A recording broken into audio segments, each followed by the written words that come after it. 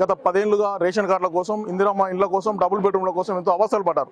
ఏదైతే రేవంత్ సర్కార్ ఏర్పడిన తర్వాత ఏడాది కాలంలోనే ఏదైతే ఎన్నికల ముందు హామీ ఇచ్చిందో ఆ హామీలను కూడా ఒక్కొక్కటిగా నెరవేరుస్తున్నారు. ఈ నేపథ్యంలో ఈరోజు ప్రతిష్టాత్మకంగా రేవంత్ సర్కార్ ఏర్పడిన నేపథ్యంలో ఈరోజు 4 పథకాలను కూడా ఈ కేసముద్రం మండలం వ్యాప్తంగా ఈరోజు ప్రారంభించారు. దీని పట్ల మొత్తం కూడా ఎవరైతే అర్హులు ఉన్నారో వాళ్ళందరూ కూడా హర్షం వ్యక్తం చేస్తున్న పరిస్థితి కనపడుతుంది. గత 10 ఏళ్లలో మాకు రేషన్ కార్డులు లేవు, కనీసం ఇల్లు కూడా లేదు, పేద కూలీలను కూడా గుర్తించలేదని కూడా చెప్తున్నారు. మనతో కొంతమంది లబ్ధిదారులు ఉన్నారు, వాళ్ళని అడిగి తెలుసుకుందాం ఎట్లా అనిపిస్తుంది, ఏ విధంగా ఫీల్ అవుతున్నారో తెలుసుకుందాం.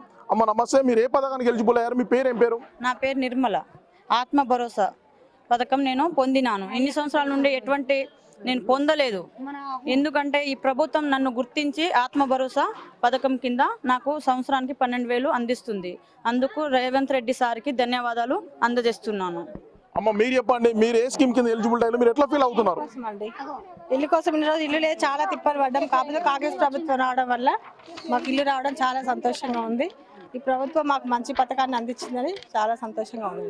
అంటే మీరు గతంలో ఇల్లు కోసం ఏదైనా ప్రభుత్వానికి కానీ గత 10 ఏళ్ళలో బీఆర్ఎస్ ప్రభుత్వానికి చెప్పినప్పుడు ఎట్లా అనిపించింది? ఆ రోజు కూడా పెట్టినాం, రాలేదు. కాకపోతే ఇప్పుడు ఈ ప్రభుత్వం వచ్చింది కాబట్టి మంచి అవకాశం వచ్చింది, చాలా సంతోషంగా ఉంది. కాంగ్రెస్ ప్రభుత్వం నుండి మేము చాలా లబ్ధి పొందినాం కూడా, చాలా సంతోషం. మొత్తానికి ఇక్కడ రైతులు, మహిళలు కూడా హర్షం వ్యక్తం చేస్తున్నారు. అలా చెప్పండి, మీకు ఏ పథకానికి ఎలిజిబుల్ అయ్యారు, ఏంది మీ పరిస్థితి, ఎలా అనిపిస్తుంది మీకు? రేషన్ కార్డు లేదు సార్, దాదాపు ఒక 10 సంవత్సరాలు అప్లికేషన్ పెట్టినప్పుడు రాలేదు. రేవంత్ రెడ్డి సార్ కాంగ్రెస్ ప్రభు వచ్చింది, రేషన్ కార్డు ఇచ్చారు సార్. అంటే 10 ఏళ్ళుగా రేషన్ కార్డు లేకపోతే ఎట్లా నష్టం జరిగింది? అప్పుడు అప్లికేషన్ పెట్టినాం సార్, జరగలేదు.